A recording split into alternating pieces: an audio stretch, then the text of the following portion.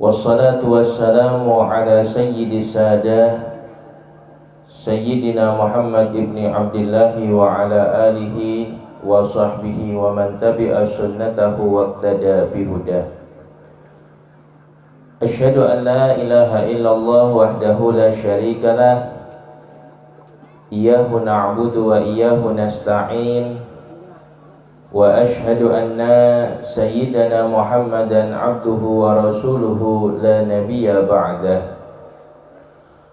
Allahumma salli wa sallim wa barik ala sayyidina Muhammadin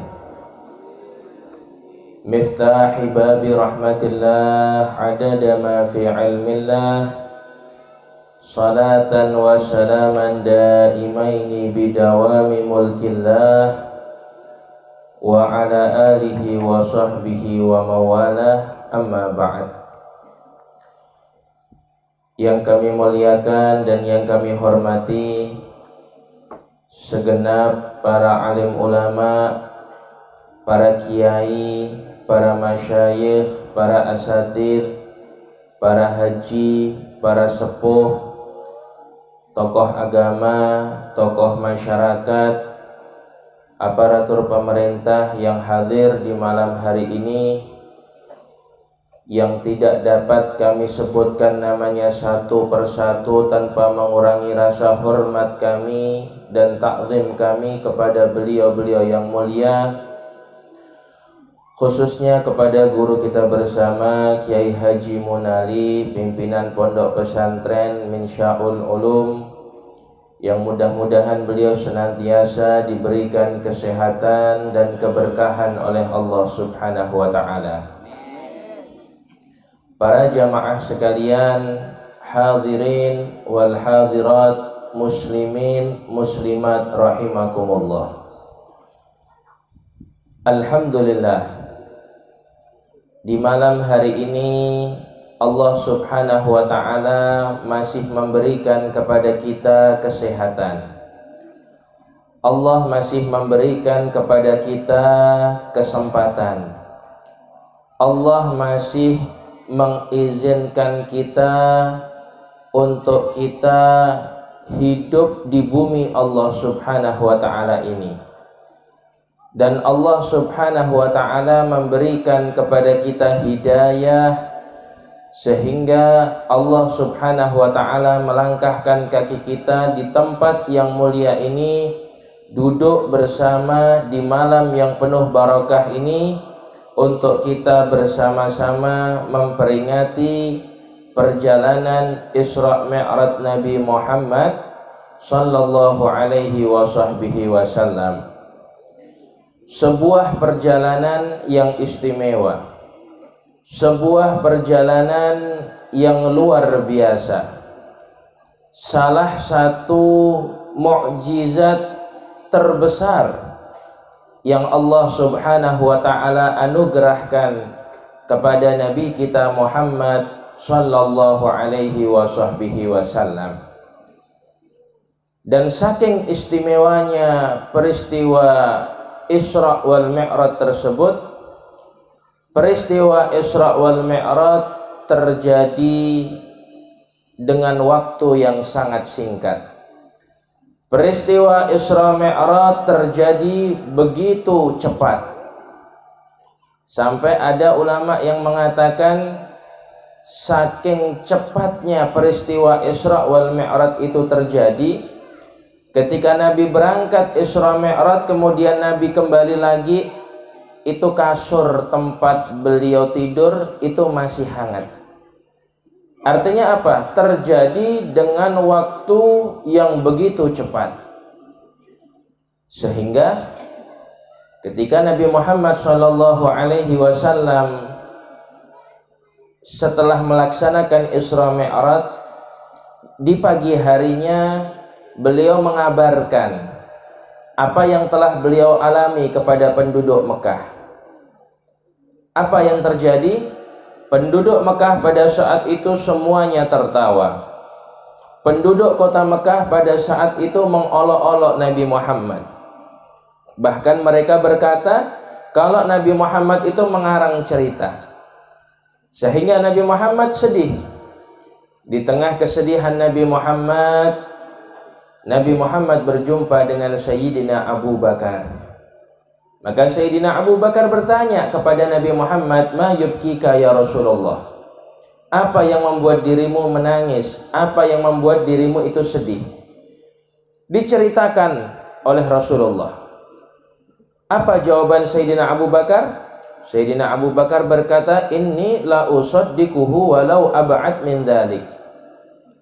Wahai Rasulullah, andai kata jarak yang kamu tempuh lebih jauh dari yang kamu ceritakan saat ini kepada saya, maka saya akan tetap percaya dengan ucapanmu, karena tidak ada kebohongan sedikit pun di dalam dirimu, wahai Rasulullah. Makanya Rasulullah tersenyum kemudian berkata kepada Sayyidina Abu Bakar, "La antas siddiq." Engkau adalah orang yang terpercaya. Makanya Sayyidina Abu Bakar itu, beliau mendapat gelar As-Siddiq karena beliau adalah satu sahabat yang mempercayai Isra Mi'raj Nabi Muhammad untuk pertama kali. Makanya Isra Mi'raj itu adalah satu perjalanan yang luar biasa dan hanya bisa diterima oleh orang-orang yang mereka itu beriman kepada Allah Subhanahu wa ta'ala. Makanya di dalam ayat yang menerangkan tentang Isra Mi'raj, di dalam ayat tersebut dibuka dengan kalimat Subhana, Maha Suci Allah. Kalimat pujian kepada Allah Subhanahu wa ta'ala, yang artinya apa? Allah itu mampu, Allah maha mampu, Allah maha segala-galanya, Allah maha bisa. Yang mustahil bagi kita menjadi mungkin bagi Allah Subhanahu wa ta'ala. Yang menurut kita nggak bakal terjadi, tapi bisa saja terjadi karena kekuasaan Allah Subhanahu wa ta'ala. Karena kita ini hanyalah seorang hamba, dan Allah Subhanahu wa ta'ala adalah zat yang maha memiliki segala-galanya yang ada di alam semesta ini. Makanya di dalam ayat Al-Quran itu Allah Subhanahu wa ta'ala berfirman, "Idza arada syai'an ayyakula lahu kun fayakun." Allah itu kalau sudah berkata kun fayakun, jadi maka terjadi. Itulah kekuasaan Allah Subhanahu wa ta'ala. Manusia memiliki rencana, tetapi rencana Allah Subhanahu wa ta'ala terkadang lebih indah. Terkadang kita sudah merencanakan sesuatu di dalam kehidupan kita, dan kita menganggap bahwasannya rencana kita ini baik, rencana kita ini sesuai dengan tujuan hidup kita. Tapi apa yang terjadi? Terkadang Allah Subhanahu wa ta'ala tidak merealisasinya, ya. Namun di balik itu semua ada hikmah besar dari Allah Subhanahu wa ta'ala. Ada satu kebaikan besar dari Allah Subhanahu wa ta'ala untuk kita sebagai hambanya. Subhanalladzi asra, maha suci Allah yang telah memperjalankan.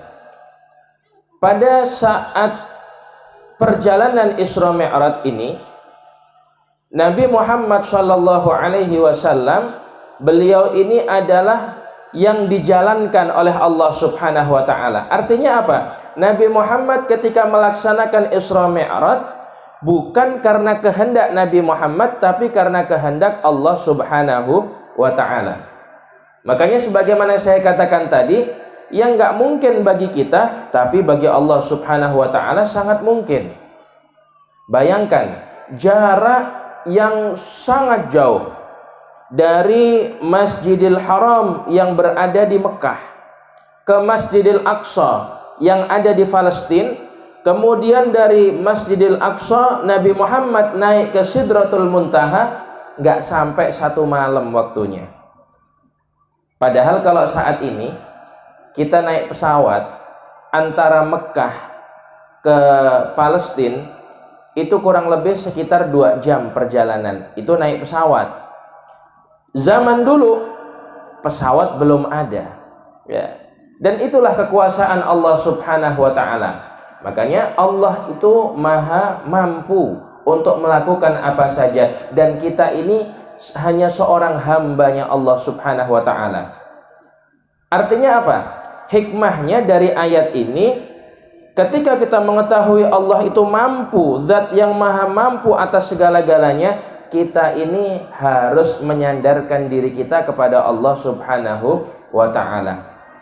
Yakinkan hati kita ini kepada Allah subhanahu wa ta'ala, ya. Tapi terkadang namanya manusia itu, mereka dekat kepada Allah. Kapan dekatnya sama Allah? Kalau lagi susah, ya. Lagi susah, subhanallah, semua wirid dibaca semuanya. Baca Al-Quran sekali duduk langsung hatam. Masjid belum dibuka sudah ditunggu. Begitu marbotnya buka masjid, akhirnya dikata-katain, kok telat buka masjidnya, padahal memang buka masjidnya 10 menit sebelum azan. Sholatnya di shaf yang paling depan, ya, baliknya paling akhir. Tapi ketika semua hajatnya sudah dikasih sama Allah subhanahu wa ta'ala, sendalnya pun tidak nampak di masjid, ya. Ada ndak yang kayak gitu? Ada ndak? Hadir ndak di sini orangnya? Duduknya di sebelah mana? Ya. Ya. Jadi seperti itu, yakinkan diri kita kepada Allah subhanahu wa ta'ala. Allah itu senang kalau melihat ada seorang hambanya yang senantiasa terus mendekatkan diri kepada Allah subhanahu wa ta'ala. Apa kata Allah subhanahu wa ta'ala? Fadhkuruni adhkurkum. Kalau ada orang yang senantiasa ingat kepadaku, kata Allah, maka aku juga akan mengingat daripada orang tersebut. Artinya apa? Dekat kedudukannya dengan Allah. Orang itu, Pak, Bu, kalau dia sudah dekat sama Allah subhanahu wa ta'ala, insya Allah hatinya tenang, insya Allah pikirannya tenang, insya Allah kehidupannya barokah. Kenapa? Karena dia yakin bahwasannya dia ini dekat dengan Allah subhanahu wa ta'ala. Dan kalau dia berdoa kepada Allah subhanahu wa ta'ala, maka doanya pasti akan diijabah oleh Allah subhanahu wa ta'ala. Tetapi terkadang, ya, banyak di antara kita yang tidak yakin sama Allah. Contoh saja dalam bab doa, ya, padahal ketika kita berdoa, doa itu kan perintah, ya. Allah memerintahkan kepada kita untuk berdoa. Ud'uni astajib lakum, minta kepadaku, kata Allah subhanahu wa ta'ala, astajib lakum, akan aku ijabah. Kita disuruh minta sama Allah subhanahu wa ta'ala, tapi terkadang kita masih juga nggak mau minta, ya. Udahlah nggak mau minta, terkadang kita ngerutu, ya, kok hidup gini-gini terus, ya, susah hidup ini, ya, sumpek, pusing. Lah gimana kita nggak pusing, gimana kita nggak sumpek? Sedangkan disuruh doa aja kita tidak mau, disuruh minta kepada Allah saja kita tidak mau. Makanya di sini perbanyak doa kepada Allah subhanahu wa ta'ala, ya. Saya sudah berdoa, Beb, kepada Allah, tapi kenapa doa saya kok belum diijabah? Bagaimana keadaan kita saat kita berdoa kepada Allah, ya? Kalau kita kepengen doa kita cepat diijabah sama Allah subhanahu wa ta'ala, saat kita berdoa, yakinkan bahwasannya Allah itu pasti akan mengijabah doa kita. Karena kata Nabi Muhammad, ud'ullah wa antum muqinuna bil ijabah. Berdoalah kalian kepada Allah sedang kalian punya hati itu yakin bahwasanya doa kalian itu akan diijabah oleh Allah. Terkadang kita ini kan doa tidak yakin, ya. Kita doa tidak yakin, ya. Kita minta sama Allah, ya Allah, saya minta pekerjaan. Ya Allah, saya butuh ini. Tapi dalam hati kita, kira-kira diijabah enggak ya doanya, ya? Ya. Ataupun lagi doa, tiba-tiba handphonenya bunyi, ada WA, itu mulai enggak sabar doanya, ya. Pengen buka, ya. Apalagi waktu mau baca doa, ditengok, ya, di WA ternyata apa? Dapat arisan, langsung enggak jadi doa, Bu. Ya. Subhanallah. Itu perlunya kita yakin ketika kita bermunajat kepada Allah subhanahu wa ta'ala, ya. Terkadang kita aja sama manusia yakin kok, Pak, Bu. Buktinya apa? Ya. Misalnya, kita ambil kendaraan kredit misalnya. Kenapa kita bisa ngambil kredit? Kenapa kita berani ngambil kredit? Karena kita yakin kita dapat gaji bulanan ini. Artinya apa? Kita yakin akan pemberian manusia, tetapi kenapa kita tidak yakin dengan pemberian Allah Subhanahu wa ta'ala? Padahal Allah Subhanahu wa ta'ala adalah zat yang maha memberi segala-galanya kepada hambanya. Ya. Luar biasa Allah Subhanahu wa ta'ala itu. Begitu juga ketika kita memiliki permasalahan, maka Allah Subhanahu wa ta'ala adalah solusi daripada permasalahan kita. Terkadang kita kalau punya masalah, solusinya bukan ke Allah. Solusinya kemana? Media sosial. Ya, diposting. Ya Allah, hidup kok susah. Posting dulu ah. Wah. Ya Allah, hidup kok gini-gini aja. Posting lagi. Ya, betul enggak, Bu? Ada enggak yang kayak gitu? Kerudungnya warna apa? Ya. Dan orang menanggapinya akan bermacam-macam. Dilihat, oh, ibu itu bikin status. Apa statusnya nih? Dibuka. Lagi susah, ya Allah, kesian orang itu lagi susah. Didoain. Ada yang ngedoain. Ada yang cuma ngelihat, oh, status tak penting. Yang lebih parah lagi begitu nengok, hidupnya susah, rasa katanya. Nah. Jadi sebaik-baik tempat kita mengadu adalah Allah Subhanahu wa ta'ala. Karena Allah itu maha mampu. Ya. Allah maha mampu untuk mengisra mi'rajkan Nabi Muhammad saja dengan jarak yang sangat jauh. Allah mampu, apalagi untuk menghilangkan kesedihan kita menjadi bahagia. Allah maha mampu untuk menghilangkan kesulitan kita, dan Allah memberikan jalan keluar. Allah juga sangat mampu.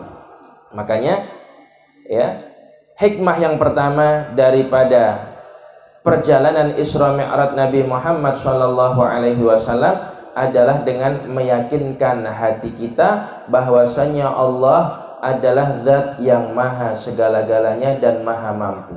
Itu hikmah yang pertama. Subhanalladzi asra bi'abdihi. Maha suci Allah yang telah memperjalankan siapa? Abdihi, hambanya. Kenapa Allah tidak menyebut langsung nama Nabi Muhammad? Bi Muhammadi. Atau bi rusulihi, atau dengan rasulnya. Binabihi, atau dengan nabinya. Kenapa kok dengan kata-kata abd? Kenapa kok dengan kata-kata hamba? Maka jawabannya di sini Allah Subhanahu wa ta'ala mengajarkan konsep ketawadhuan kepada kita. Namanya manusia itu nggak boleh sombong, karena kesombongan hanya milik Allah Subhanahu wa ta'ala. Bahkan kata Nabi Muhammad, nggak akan masuk surga orang yang ada di dalam hatinya setitik daripada sifat sombong. Apa makna sombong itu? Apakah sombong itu memiliki rumah yang bagus, memiliki mobil, ya, memakai pakaian yang bagus? Bukan itu definisi kesombongan. Makna sombong adalah batarul haq wa ghamtun nas, menolak kebenaran dan merendahkan orang lain. Itu makna daripada sombong.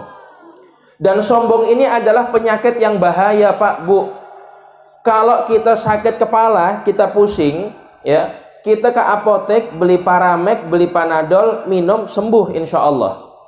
Kita sakit gigi, ke dokter gigi, insya Allah sembuh penyakit kita. Kita sakit mah, beli Promak, insya Allah sehat. Tapi kalau kita punya penyakit sombong, nggak ada jual obatnya di apotek. Dokter spesialis penyakit sombong nggak ada. Siapa yang bisa mengobati? Ya diri kita sendiri. Ya, diri kita sendiri yang bisa mengobati daripada sifat sombong tersebut. Karena sifat sombong ini sangat berbahaya.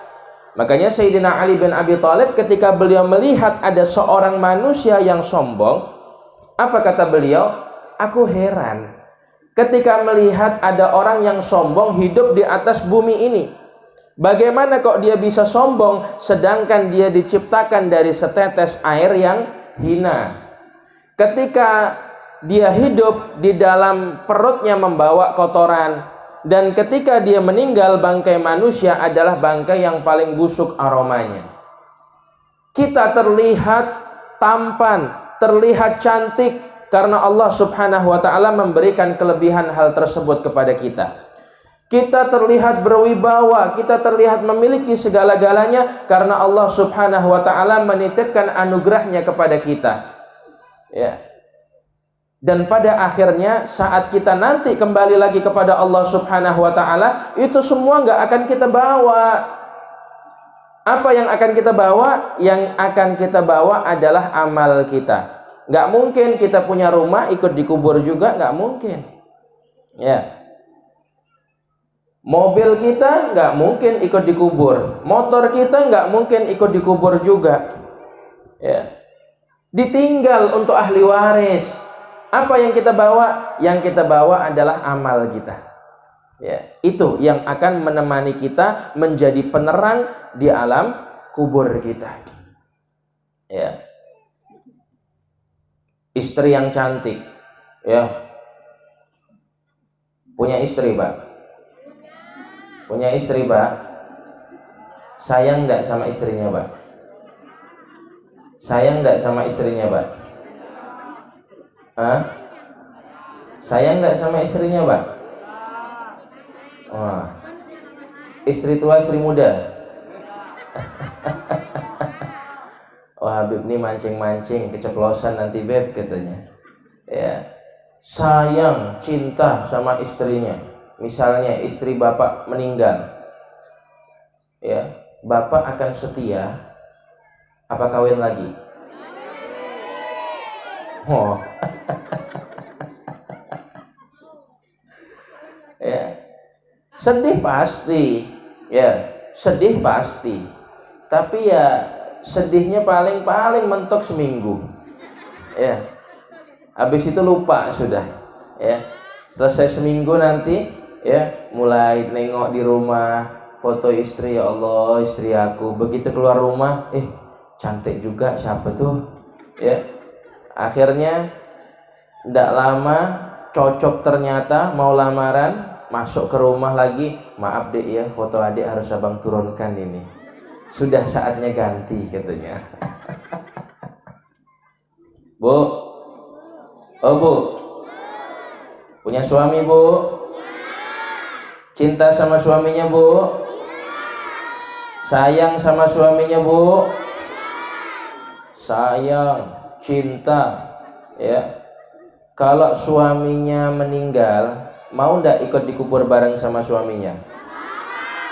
Oh, katanya cinta, katanya sayang, ya. Paling habis suaminya dikuburkan, selesai itu semuanya, sambil nangis, ibu deketin dari nisan suaminya itu, Bang, aku ikhlas sudah abang di sana, ya. Abang yang tenang di sana, jangan jadi hantu bangkit bang ya. Ya. Abang yang tenang, gantinya abang ada nanti bang katanya. Ya. Jadi seperti itu.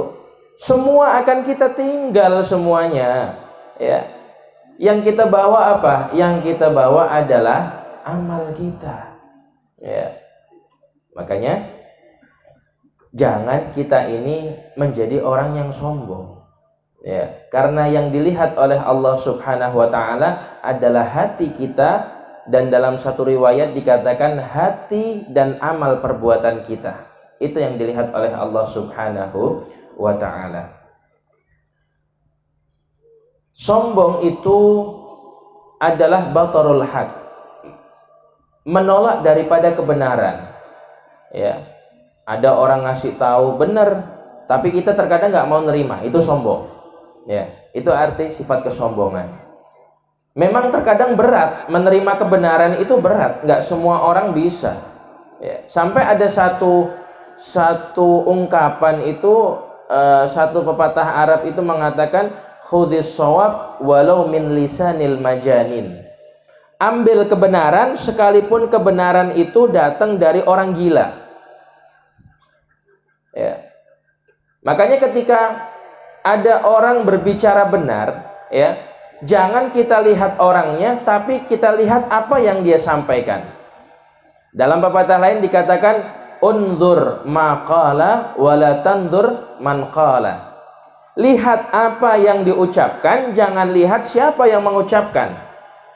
Sekalipun itu orang gila misalnya, sekalipun itu orang yang nggak benar misalnya, tapi yang diucapin benar, kita ikutin. Tapi sebaliknya, ada orang waras, ada orang yang benar, tapi ucapannya nggak benar, ya jangan diikutin. Contoh misalnya, ya, kita lagi duduk di depan rumah, ya, lagi duduk di depan rumah sambil minum kopi. Tiba-tiba di masjid ada suara azan, Allahu Akbar, Allahu Akbar, ya, ada orang gila lewat depan rumah. Pak, sholatlah Pak. Udah azan tuh di masjid, malah duduk jak di situ. Dijawab langsung, kau ini orang gila, tahu apa jak kau nih? Kira-kira yang gila siapa Pak? Kita atau dia Pak? Ya, kita. Ya, yang dikatakan orang gila itu betul enggak? Betul. Ya, sudah masuk waktu sholat dan kita diingatkan, ya, diingatkan oleh orang tersebut, walaupun modelnya ya seperti itu. Ya, tapi ambil kebenarannya. Oh, betul juga, aku diingatkan untuk mengerjakan sholat. Ya. Jadi ambil kebenaran. Ya. Ambil kebenaran dari siapapun. Ya. Lihat apa yang diucapkan, jangan lihat siapa yang mengucapkan. Ya. Kemudian wa ghamtun nas, memandang rendah daripada orang lain, itu nggak boleh juga. Itu juga definisi daripada sifat sombong. Ya. Makanya Allah Subhanahu wa taala itu memberikan kepada kita manusia itu dua mata. Ya, kita manusia ini punya dua mata. Ya. Apa hikmahnya Allah memberikan kepada kita dua mata? Yang pertama, supaya kita bisa melihat kelebihan yang ada pada orang lain, kemudian kita mengikutinya. Dan yang kedua, kita melihat kekurangan yang ada pada diri kita, kemudian kita memperbaikinya. Itu hikmahnya. Bukan sebaliknya, melihat kebaikan yang ada pada kita dan melihat keburukan yang ada pada orang. Itu terkadang yang terjadi di zaman ini. Mudah menilai orang, tapi sulit untuk menilai diri sendiri. Itu sifatnya manusia. Ya. Pokoknya kalau yang paling bagus, pokoknya dirinya sendiri. Yang tidak bagus, orang lain. Nggak boleh seperti itu. Itu adalah sifat sombong. Sifat yang sangat berbahaya. Sampai ada satu cerita, ada Pak Haji. Ya, ada Pak Haji, bukan di sini, jauh di sana. Ya, Pak Haji jauh di sana. Jadi Pak Haji itu masuk ke masjid pada saat itu. Kebetulan saat itu sholat duhur. Ya, Pak Haji masuk ke masjid. Setelah masuk ke masjid, Pak Haji nyuruh muadzin, ayo qomat. Qomat akhirnya. Ya. Setelah qomat, Pak Haji langsung maju ke tempat pengimaman. Jadi imam rupanya. Akhirnya Pak Haji takbiratul ihram, Allahu Akbar. Setelah takbiratul ihram, Pak Haji baca surat Fatihahnya dikeraskan. Padahal itu sholat duhur. Dikeraskan baca surat Fatihahnya. Habis itu baca ayat. Rakaat kedua gitu juga. Fatihahnya dikeraskan. Kemudian habis itu baca ayat lagi. Ya, sampai selesai 4 rakaat, salam, baca wirid, ditegur. Pak Haji, ini kan sholat duhur. Kan bacaannya kan sir. Kenapa kok dijaharkan atau dikeraskan? Kata Pak Haji, suka-suka akulah. Aku udah 7 kali naik haji nih, katanya. Sejak kapan Fatihah bisa dirubah karena haji? Ya. Jadi kalau sudah haji 7 kali bisa merubah Fatihah gitu. Ya. Jadi seperti itu. Jangan pernah memandang rendah manusia. Sampai dulu itu di zaman Sultanul Aulia wal Arifin, Syekh Abdul Qadir Al-Jailani radhiyallahu an, seorang ulama besar, seorang wali besar, rajanya para wali di zamannya. Ini Syekh Abdul Qadir Jailani. Ya. Beliau berasal dari Baghdad, Irak. Diceritakan ketika Syekh Abdul Qadir Al-Jailani radhiyallahu an, beliau setelah selesai pengajian, ada satu orang, ya, ada satu orang kepengen ketemu sama beliau. Akhirnya singkat cerita, orang ini mendekat kepada Syekh Abdul Qadir Jailani, kemudian bertanya dengan 3 pertanyaan. Pertanyaan yang pertama, wahai Syekh Abdul Qadir, apakah Allah itu mampu? Ya, Allah mampu. Nanya lagi untuk yang kedua, wahai Syekh Abdul Qadir, apakah Allah itu mampu? Ya, Allah mampu. Nanya lagi yang ketiga, wahai Syekh Abdul Qadir, apakah Allah mampu? Ya, Allah mampu. Setelah selesai bertanya dengan 3 pertanyaan tersebut, Syekh Abdul Qadir Al-Jailani memerintahkan santrinya untuk membawa orang ini ke rumahnya, dijamu dengan makanan yang enak, dan sebelum pulang dikasih hadiah. Santrinya bingung. Ini orang tidak benar, ini ahli maksiat. Tapi karena gurunya yang memerintahkan, tidak berani, ya, takut cangkolang, ya. Akhirnya sudah dilaksanakan perintah gurunya tadi, ya. Setelah itu sang murid kembali ke hadapan gurunya dan bertanya, wahai guru, bolehkah saya bertanya? Silahkan. Tadi orang itu bertanya kepada dirimu dengan 3 pertanyaan yang sama. 2 pertanyaan kamu jawab dengan senyuman, dan 1 pertanyaan ketika engkau menjawabnya air mata menetes dari matamu, wahai guru. Apa maksudnya? Maka Syekh Abdul Qadir Al-Jailani radhiyallahu an berkata, wahai muridku, pertanyaan pertama dari orang tersebut adalah dia bertanya kepadaku, apakah Allah itu mampu untuk mengampuni daripada dosa-dosaku? Maka aku jawab, Allah mampu. Ampunan Allah sangat luas. Selama masih ada sifat atau rasa pengharapan kepada Allah subhanahu wa ta'ala, kepengen taubat kepada Allah, Allah pasti akan bukakan pintu taubat. Yang kedua, dia bertanya kepadaku, apakah Allah subhanahu wa ta'ala mampu menjadikan aku yang ahli maksiat ini menjadi seorang wali besar seperti dirimu? Maka aku katakan, Allah mampu. Allah mampu merubah keadaan hambanya dari keadaan terbawah sampai keadaan yang paling atas. Dan yang membuat aku menangis adalah pertanyaan yang ketiga. Dia bertanya kepadaku, apakah Allah mampu merubah dirimu yang mana dirimu ini adalah orang terdekat dengan Allah menjadi sepertiku, manusia yang jauh dari Allah. Aku katakan Allah mampu, dan aku takut andai kata itu terjadi pada diriku. Ini sekelas Syekh Abdul Qadir Al-Jailani, ulama besar, ya. Apalagi kita, ya, yang terkadang belum jelas daripada amal kita, ya. Makanya kita harus lebih berhati-hati di dalam menjalani hidup ini, ya. Jangan sampai ada sifat-sifat kesombongan masuk ke dalam diri kita. Itu hikmah yang kedua daripada perjalanan Isra Mi'raj. Jangan sampai kita bersikap sombong. Yang ketiga, subhanalladzi asra bi'abdihi lailan. Perjalanan Isra Mi'raj terjadi di waktu malam. Terjadi di waktu malam, Pak, Bu. Bukan di waktu pagi, siang, atau sore. Ada apa dengan malam hari ini? Ternyata di waktu malam itu adalah waktu yang luar biasa. Waktu di mana Allah subhanahu wa ta'ala mengijabah daripada doa setiap hambanya yang mau bermunajat.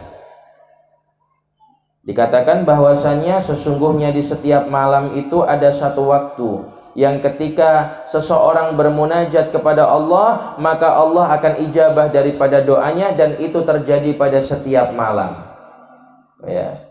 Dan bahkan disebutkan dalam satu riwayat, di setiap sepertiga malam Allah subhanahu wa ta'ala itu menyeru hambanya dengan 3 kali seruan. Seruan yang pertama, hal min talibin hajah fa'unilahul matalib. Adakah di antara kalian yang punya hajat? Kalau ada, minta kepadaku, aku akan ijabah. Yang kedua, hal min mustaghfirin fa'aghfirulah. Adakah di antara kalian yang beristighfar kepadaku, maka aku akan terima daripada istighfarnya. Dan seruan yang ketiga, hal min taibin fa'atubulah. Adakah di antara kalian yang mau bertaubat, maka aku bukakan pintu taubat. Dan itu seruan Allah kepada hambanya di setiap sepertiga malam. Makanya manfaatkan waktu sepertiga malam ini untuk kita ibadah kepada Allah, yaitu dengan mengerjakan sholat tahajud. Tadi sudah dibacakan ayatnya oleh qari, wa minal laili fatahajjad bihi nafilatan laka asa ayyab'atsaka rabbuka maqaman mahmuda. Ya, jadi sholat tahajud itu luar biasa. Kalau kita kepingin kemuliaan, menjadi orang yang mulia di hadapan Allah, menjadi orang yang mulia di hadapan manusia, memiliki kewibawaan, jangan tinggalkan sholat tahajud. Dan barang siapa yang kepingin rezekinya lancar, dimudahkan dalam ekonominya, dimudahkan dalam pekerjaannya, jangan tinggalkan daripada sholat duha. Dan barang siapa yang kepingin wafatnya husnul khatimah, terhindar daripada mati su'ul khatimah, jangan tinggalkan sholat witir. Setidaknya ada 3 sholat itu, 3 sholat sunnah tersebut dalam hidup kita. Selain 5 waktu ya, tahajud, duha, dan witir. Oh, saya tidak mampu kalau bangun jam 2:30 atau jam 3, nggak apa-apa. Jam 4 kurang 10 atau misalnya 10 menit sebelum waktu subuh kita baru bangun. Ya, ambil air wudhu, lalu kita mengerjakan daripada sholat tahajud sambil kita menunggu waktu subuh, kan jaraknya nggak lama. Ya, jadi itu hikmahnya kenapa Isra wal Mi'raj itu terjadi di waktu malam. Ya. Dan subhanallah, luar biasa peristiwa Isra wal Mi'raj itu terjadi. Ya. Terjadi dalam waktu yang sangat singkat. Nabi Muhammad berjalan dari Masjidil Haram ke Masjidil Aqsa, naik ke Sidratul Muntaha, berjumpa dengan Allah Subhanahu wa ta'ala. Dan setelah Nabi Muhammad berjumpa dengan Allah Subhanahu wa ta'ala, apa yang terjadi? Nabi Muhammad kembali turun, mendapatkan perintah untuk mengerjakan sholat. Jadi inti daripada Isra wal Mi'raj adalah sholat. Itu hikmah yang keempat. Ya. Sholat jangan ditinggal. Karena apa? Yang pertama kali akan dihisab oleh Allah Subhanahu wa ta'ala adalah sholat kita. Kalau sholat kita bagus, insya Allah amal ibadah yang lain juga akan bagus. Tapi kalau sholat kita sudah sembarangan, sholat tidak dijaga, maka amal yang lain juga akan berantakan. Bahkan saking istimewanya sholat ini, sampai-sampai Nabi Muhammad ketika sakaratul maut, di antara wasiat beliau yang terakhir apa? Sholat. Sholat jangan ditinggal. Sholat jangan disepelekan. Itu wasiat terakhir Nabi Muhammad detik-detik menjelang beliau sakaratul maut. Ya. Bahkan beliau juga berkata, wa ju'ilat qurratu 'aini fi shalah, dan aku jadikan penyejuk mataku itu di dalam sholat. Artinya apa? Di dalam sholat beliau meraih ketenangan.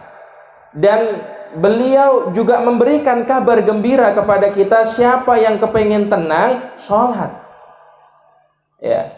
Siapa yang kepengen hatinya tenang, sholat jangan ditinggal. Sholat dijaga. Bahkan sehari semalam kita ini dipanggil sama Allah berapa kali? Berapa kali? 5 kali. Ya. 5 kali kita dipanggil sama Allah. Melalui azan dari subuh kita sudah dipanggil sama Allah. Kemudian duhur kita dipanggil lagi, asar dipanggil lagi, maghrib, isya kita dipanggil lagi sama Allah. 5 kali sehari semalam kita dipanggil sama Allah. Ya. Tapi terkadang namanya manusia, ya, lagi megang handphone atau lagi duduk di masjid adzan, Allahu Akbar, Allahu Akbar. Jam berapa nih udah adzan nih? Awal benar adzan tuh, salah kali itu yang adzan tuh, ya. Karena apa? Terkadang kita nih azan yang ditunggu ini cuma satu aja. Kapan itu? Azan maghrib waktu bulan puasa. Itu kita tunggu tuh. Ya, paling dinanti-nantikan. Azan kurang 5 menit, HP-nya sudah standby. TV dihidupkan, radio dihidupkan. Kira-kira mana yang duluan azan ini? Ternyata masjidnya telat azannya. Itu ngomel-ngomelnya luar biasa. Ya, ngapa telat nih? Jadi telat saya ini buka puasanya 1 menit katanya. Cuma telat 1 menit. Ya. Jadi subhanallah, ya. Allah memanggil kita melalui panggilan azan. Tapi terkadang kita dipanggil sama Allah, kita tidak datang. Ya. Misalnya, ya.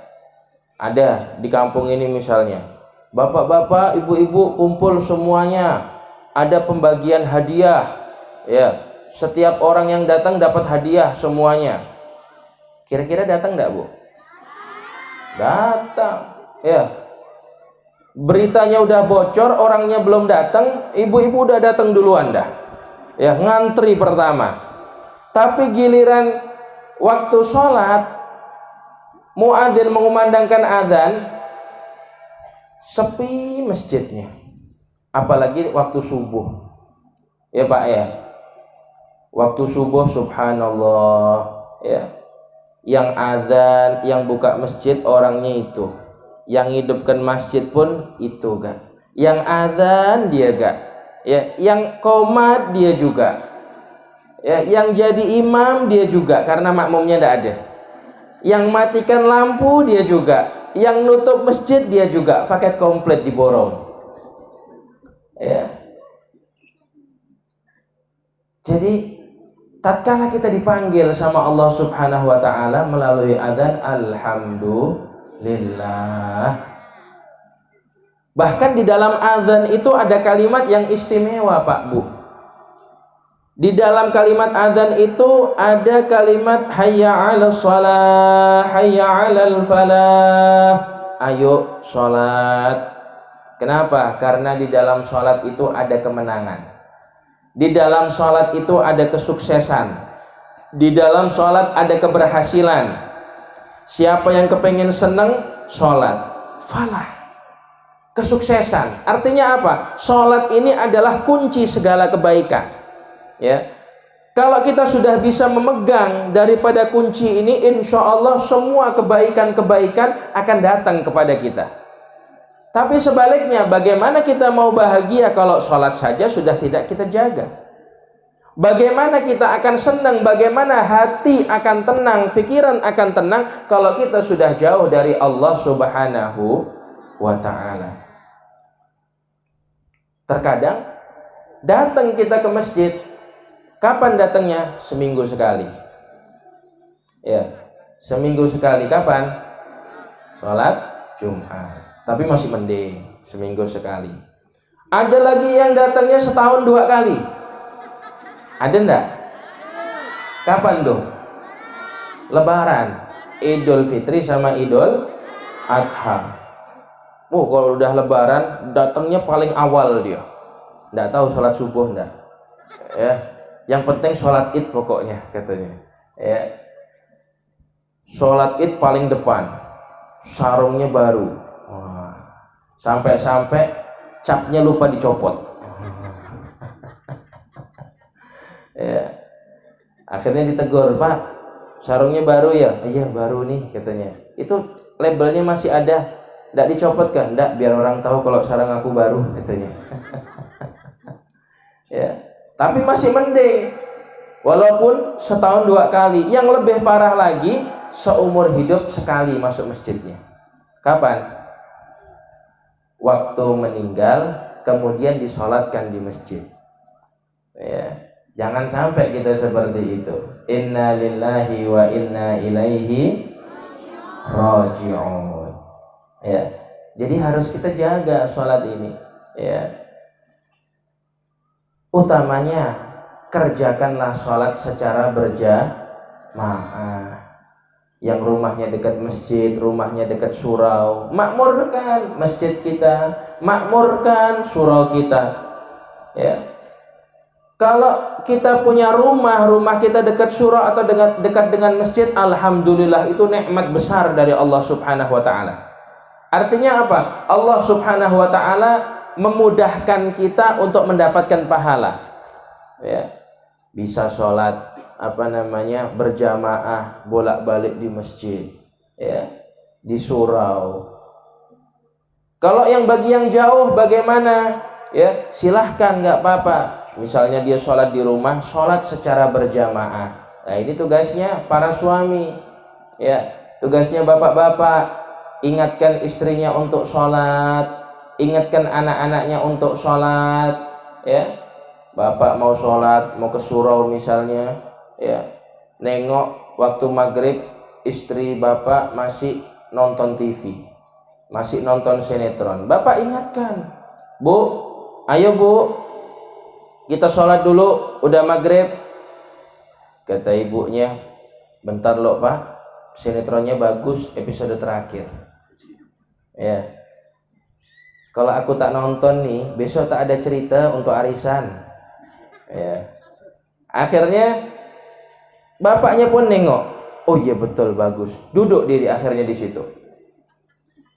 Anak-anaknya yang udah siap mau sholat berjamaah, nengok orang tuanya nonton TV. Pak, Bu, ayo sholat, bentar lagi qomat. Bentar dulu. Nah, bapak lagi ngawankan ibu nonton TV, bagus cerita sinetronnya.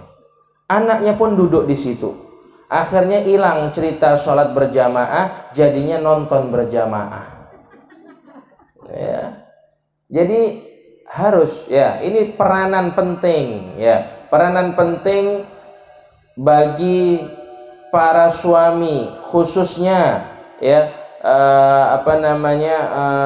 seorang ayah untuk bisa mendidik istri dan anak-anaknya dalam perihal sholat. Ya. Karena suami ini adalah imam di rumah. Suami ini adalah kepala rumah tangga. Ya. Anak dan istri itu nanti di akhirat akan menjadi pertanggungjawaban kita di hadapan Allah Subhanahu wa taala. Ya.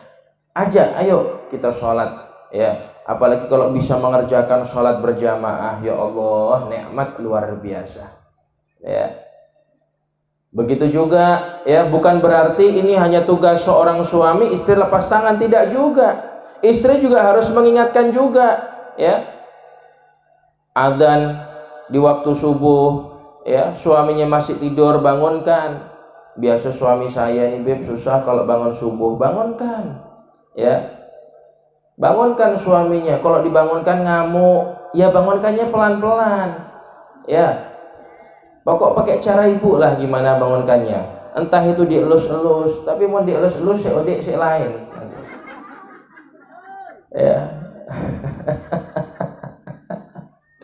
Jadi subhanallah, harus ada cara bagaimana agar di dalam satu rumah ini semuanya bisa mendirikan sholat. Karena subhanallah, ya, barokahnya itu luar biasa. Ya. Coba ibu rasakan, ya, begitu juga dengan bapak. Dalam satu minggu itu istiqamah kerjakan sholat, kalau bisa secara berjamaah, ya, tepat pada waktu, akan ada kebaikan demi kebaikan yang Allah Subhanahu wa taala berikan kepada kita. Sampai ada dalam satu kisah,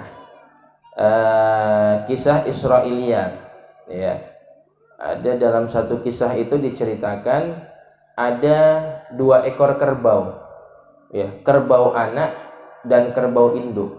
Ya.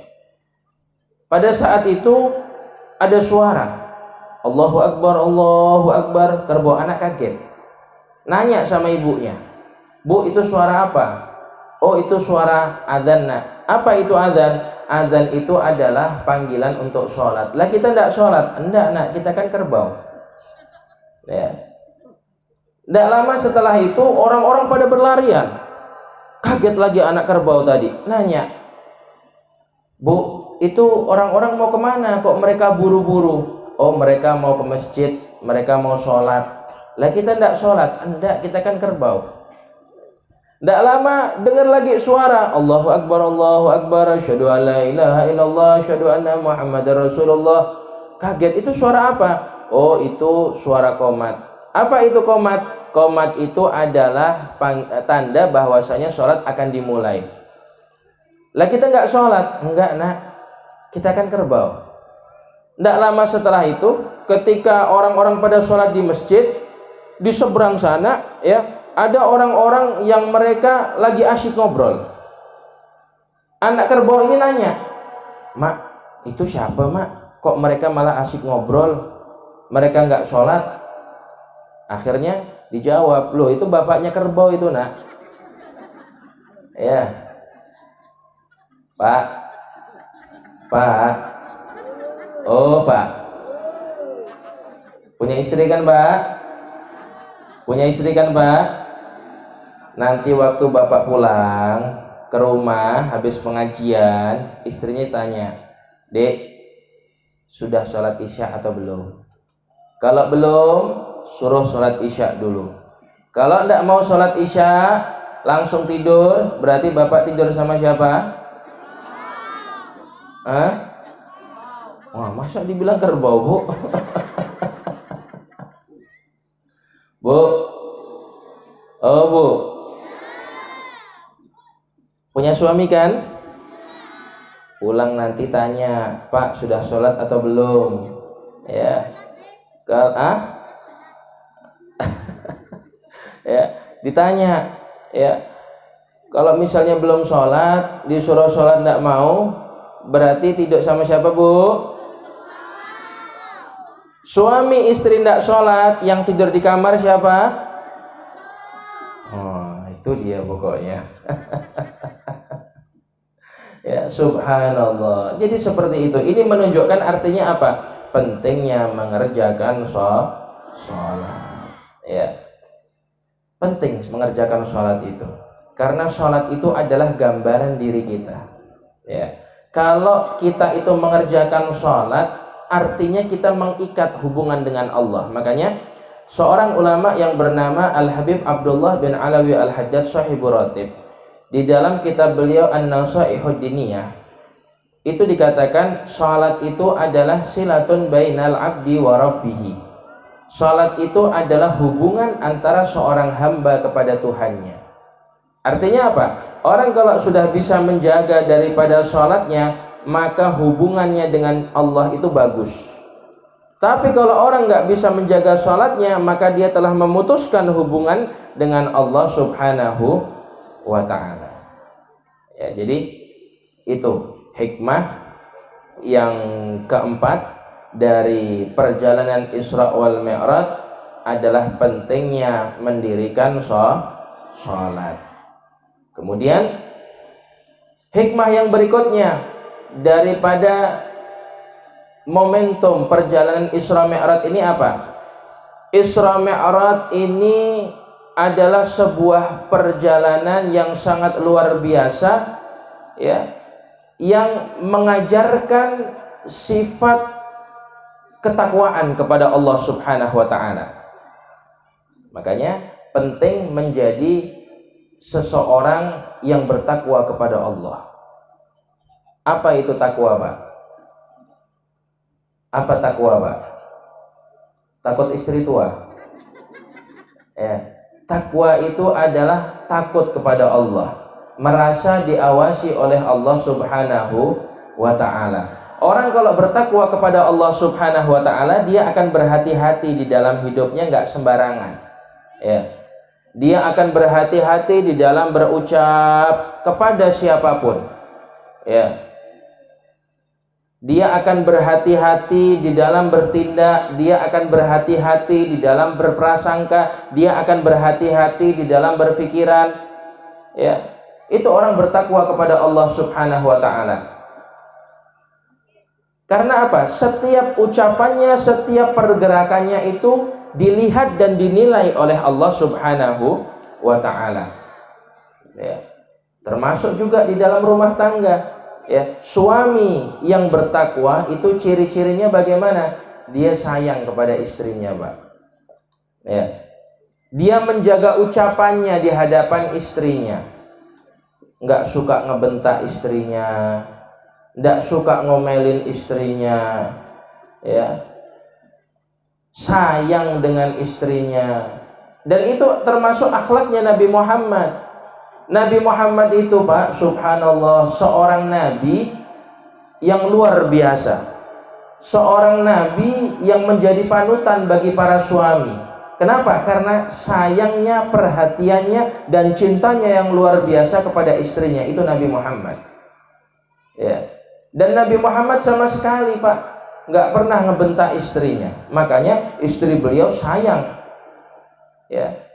Istri Nabi Muhammad sangat cinta kepada Nabi Muhammad. Makanya, Pak, kalau Bapak kepengen dicintai sama istri, kepengen enggak, Pak, dicintai sama istri, Pak? Ya, pengen enggak, Pak? Ibu-ibu udah mulai ketawa dah. Bagus, Beb, terus, Beb, katanya. Oh, tuh. Hadir orangnya di sini, Bu. Kopiahnya warna apa?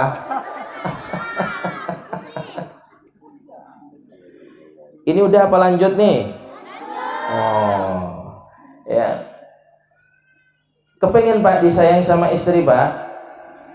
Kuncinya satu, ya.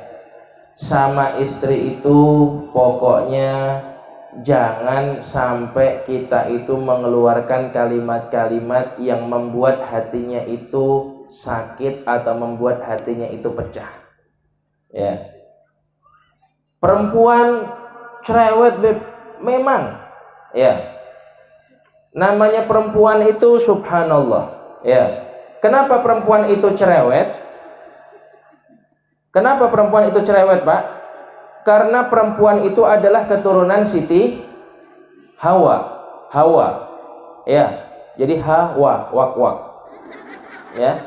Kalau laki-laki itu kenapa diam? Karena keturunan dari Nabi Adam. Makanya nggak banyak ngomong kalau laki-laki itu biasanya. Ya, betul nggak, Pak? Wajar, ya. Istri kita terkadang cerewet, istri kita terkadang suka marah-marah, wajar, Pak, enggak apa-apa, ya. Mungkin dia letih, ya. Mungkin dia itu capek, ya. Mungkin dia itu butuh perhatian lebih, dan kita sebagai suami itu harus memakluminya. Ada di negara Yaman di sana, tempat saya sekolah dulu, Pak. Itu ada seorang ulama besar. Namanya Syekh Abdurrahman Bajal Haban. Ulama besar, wali besar, santrinya ribuan. Punya istri suka ngomel, cerewet. Balik telat, dikuncikan pintu, Pak. Bayangkan kiai nih, Pak, dikuncikan pintu sama istrinya, Pak. Ya, suruh tidur di luar kalau telat balik. Tapi beliau tidak pernah ngomel. Selama berapa tahun? 10 tahun, Pak. Ya, 10 tahun beliau sabar, ya. Tapi namanya manusia, Pak, ada batas kesabarannya juga, ya. Setelah 10 tahun Syekh Abdurrahman Bajal Haban akhirnya ngomong sama istrinya, udahlah, Dek, kalau kau gini terus abang mau pergi. Ya sudah, Bang, kalau abang mau pergi silahkan abang pergi, kalau perlu semua baju abang bawa. Oh, pendekar ini istrinya, ya.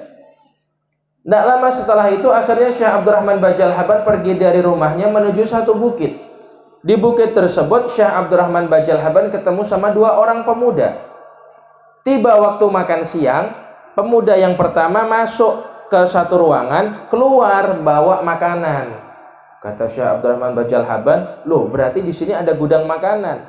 Saya nggak perlu balik ke rumah, ya. Udah, saya mau di sini aja pokoknya, biarin istri saya di rumah tahu rasa. Ya. Pemuda yang kedua begitu juga, keluar dari ruangan itu bawa makanan. Hingga akhirnya Syekh Abdurrahman Bajal Haban masuk ke ruangan itu, jangankan makanan, piringnya pun tidak ada. Keluar lagi Syekh Abdurrahman Bajal Haban nanya, kalian dapat makanan ini dari mana? Kok saya masuk tidak ada, udah habis. Kami mendapatkan makanan ini, kami berdoa kepada Allah dengan tawasul. Tawasul kepada siapa? Siapa nama walinya? Saya mau ikut tawasul juga. Kok sekali tawasul langsung dapat makanan enak? Saya bertawasul kepada seorang ulama besar yang namanya itu Syekh Abdurrahman Bajal Haban. Ini pemuda nggak tahu kalau yang diajak ngomong ini adalah Syekh Abdurrahman Bajal Haban. Kaget, loh, aku wali rupanya katanya. Nanya lagi, kok bisa Syekh Abdurrahman Bajal Haban itu jadi wali? Sebabnya apa? Amal ibadahnya apa? Beliau diangkat jadi wali karena selama 10 tahun sabar diomelin sama istrinya, sabar menghadapi istrinya. Pulang akhirnya Syekh Abdurrahman Bajal Haban, langsung ngetok pintu rumahnya. Assalamualaikum, assalamualaikum. Waalaikumsalam. Dibukakan sama istrinya. Sambil tersenyum, istrinya ngomong apa? Baru tahu kamu bang ya, kalau sekarang kamu sudah jadi wali. Rupanya selama 10 tahun sebelumnya istrinya ini sudah jadi wali duluan, dan selama 10 tahun ngetes kesabaran suaminya supaya suaminya jadi wali. Makanya Pak, kalau Bapak punya istri yang cerewet, mungkin istri Bapak wali. Benih wali, wali santri, wali murid, ya. Jadi seperti itu, ya. Disayang istrinya Pak. Kalau jalan digandeng Pak istrinya. Saya alhamdulillah Pak, saya punya anak ini sudah 2, ya, punya anak sudah 2. Saya ini kalau kemana-mana saya masih jalan sama istri ya. Saya jalan sama istri itu selalu saya gandeng. Ya pokoknya orang-orang yang ada di situ irilah kalau ngelihat saya. Ya. Sampai-sampai ada yang nanya, ya, waktu itu saya lagi jalan ke pasar. Beb, kenapa kok istrinya digandeng terus? Kok romantis betul, Beb? Ya. Saya bilang, saya gandeng istri saya ini bukan karena romantis. Terus, supaya istri saya tidak masuk ke toko emas, toko baju, toko tas. Ya. Tekor bandar akhirnya. Itu triknya makanya, Pak, ya. Jadi seperti itu. Pegang jak pokok tangannya, Pak. Ya, nanti istrinya, bang, nampaknya buah mangga itu manis. Waduh, buah mangga ditengok harganya, mahal mangganya, 30.000. Enggak dek, mangganya pahit, masih manisan kamu katanya. Itu triknya suami itu seperti itu. Ya, jadi seperti itu Pak. Ya, mulailah sifat ketakwaan di rumah dengan menyayangi istri. Ya, begitu juga ya. Sayyidah Khadijah, istri Nabi Muhammad, menjadi seorang wanita yang dicintai oleh Nabi Muhammad, hingga Nabi Muhammad itu sedih ketika ditinggal wafat oleh Sayyidah Khadijah, ya, yang menyebabkan terjadinya peristiwa Isra Mi'raj. Itu sebabnya karena apa? Sayyidah Khadijah itu Bu adalah istri yang salehah. Siapa itu istri yang salehah? Istri yang salehah itu adalah istri yang taat kepada suami. Ya, makanya ibu itu kalau kepengen masuk surga kuncinya satu, taat kepada suami. Ya, cari ridhonya Allah melalui ridho suami. Bagaimana caranya kita tahu kalau Allah itu ridho kepada kita? Ya, caranya adalah dengan kita melihat bagaimana suami kita. Kalau kita sudah bisa membuat suami kita ridho, itu tandanya Allah juga ridho kepada kita. Gampang seperti itu tandanya. Suami kita senang dengan kita, suami kita enggak terus marah terus sama kita, itu tandanya Allah Subhanahu wa taala ridha dengan kita. Makanya seorang istri itu dia harus bisa menjaga lisannya di hadapan suami. Jaga lisan, ya, jangan sampai menyakiti hati suami. Kemudian sehabis itu jaga daripada perilaku di hadapan suami.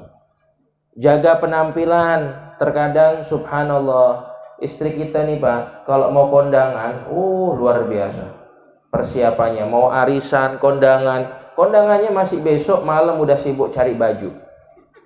Ya, pakai make up luar biasa. Pakai parfum itu bukan disemprot tapi dicurah. Ya. Tapi giliran untuk suaminya, suami balik kerja, ya, subhanallah, pakainya daster. Udah lagi itu dasternya robek. Seminggu tak ada ganti, Ketika dicium sama suaminya, subhanallah, baunya balpirik, remason, GPU, minyak urut, pening balak suami. Ada koyoknya lagi. Ya Allah, sakit terus istri aku nih. Ada enggak Pak yang kayak gitu, Pak? Pasti yang ketawanya paling besar. Ya, subhanallah. Ya. Jadi harus cantik, betul, Pak? Untuk suami harus cantik, tapi untuk cantik perlu betul, Bu? Betul, malah disuruh cantik tak dikasih modal. Yang dipakai ini bedak, bukan semen putih. Ya. Jadi seperti itu. Ya. Kemudian sehabis itu bagaimana lagi? Kita didik anak-anak kita di dalam rumah tangga, ya. Anak itu akan melihat apa yang dilakukan oleh orang tuanya. Ya. Kalau orang tuanya bisa mencontohkan hal-hal yang baik, anaknya akan ikut juga. Oh, orang tuaku sholatnya berjamaah, aku ikut juga sholatnya berjamaah. Oh, orang tuaku hobinya baca Quran, ikut juga anaknya baca Quran. Oh, orang tuaku hobinya ikut majelis ilmu seperti ini, ikut juga anaknya. Nak, sholat nak. Iya Pak, iya Mak, siap, saya sholat. Ya, ini terkadang enggak. Ya, nak, sholat nak, ditengok bapak aja masih main kelayang. Ya, ibunya bilang, nak, ayo nak, sholat nak, ngaji. Ibu aja masih main HP katanya. Ya, jadi jangan sampai seperti itu. Kita dulu menjadi contoh bagi anak-anak kita. Nah, itulah hikmah yang terakhir daripada perjalanan Isra Mi'raj Nabi Muhammad, yaitu Isra Mi'raj membentuk kepribadian agar kita menjadi hamba yang bertakwa di hadapan Allah Subhanahu wa ta'ala. Sebelum saya tutup, mari bersama-sama kita baca sholawat nariyah dengan niat mudah-mudahan Allah mengijabah setiap doa kita, Allah mengangkat derajat kita, Allah Subhanahu wa ta'ala menjadikan kita hamba-hambanya yang senantiasa dekat dengan Allah Subhanahu wa ta'ala. Dan sebelum membaca sholawat nariyah, diawali terlebih dahulu dengan sholawat tibil qulub. Mudah-mudahan yang sakit di antara kita Allah sembuhkan semua penyakitnya, zahiran wa batinan. Allahumma salli ala sayyidina Muhammadin tibbil qulubi wa dawaiha wa afiyatil abdani wa shifaiha wa nuril absari wa dhiyaiha wa ala alihi wa sahbihi wa sallim. Allahumma salli salatan kamilatan wa sallim salaman tamman ala sayyidina Muhammadin alladhi tanhallu bihil uqadu wa tanfariju bihil kurabu wa tuqda bihil hawaiju wa tunalu bihil raghaibu wa husnul khawatimi wa yustasqal ghamamu biwajhil karim wa ala alihi wa sahbihi fi kulli lamhatin wa nafasin wa nafasin bi'adadin.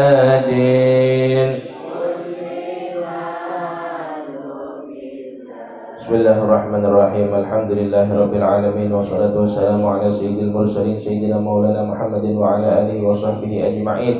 يا أول الأولين ويا آخر الآخرين ويا ذا القوة المتين ويا راحم المساكين ويا أرحم الراحمين يا أرحم الراحمين يا أرحم الراحمين يا ربنا يا ربنا يا ربنا يا ربنا يا ربنا بالمصطفى اقبلنا أجب دعوانا أنت لنا يا ذخرنا في هذه الدنيا وفي أخرانا.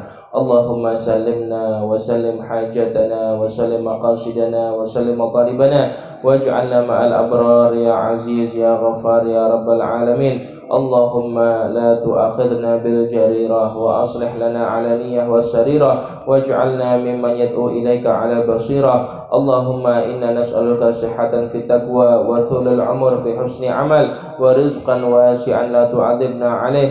اللهم بحق سيدنا محمد احرسنا بعينك التي لا تنام واكنفنا بكنافك الذي لا يرام وارحمنا بقدرتك علينا فلا نهلك وأنت ثقاتنا ورجاؤنا برحمتك يا أرحم الراحمين. اللهم بارك لنا في الرجاب وشعبان وبلغنا رمضان. اللهم بارك لنا في الرجاب وشعبان وبلغنا رمضان. اللهم بارك لنا في الرجاب وشعبان وبلغنا رمضان بالصيام والقيام وتلاوة القرآن واليسير من المنام. ربنا آتنا في الدنيا حسنة وفي الآخرة حسنة وقنا عذاب النار. وصلى الله على سيدنا محمد وعلى آله وصحبه وسلم والحمد لله رب العالمين. الفاتحة.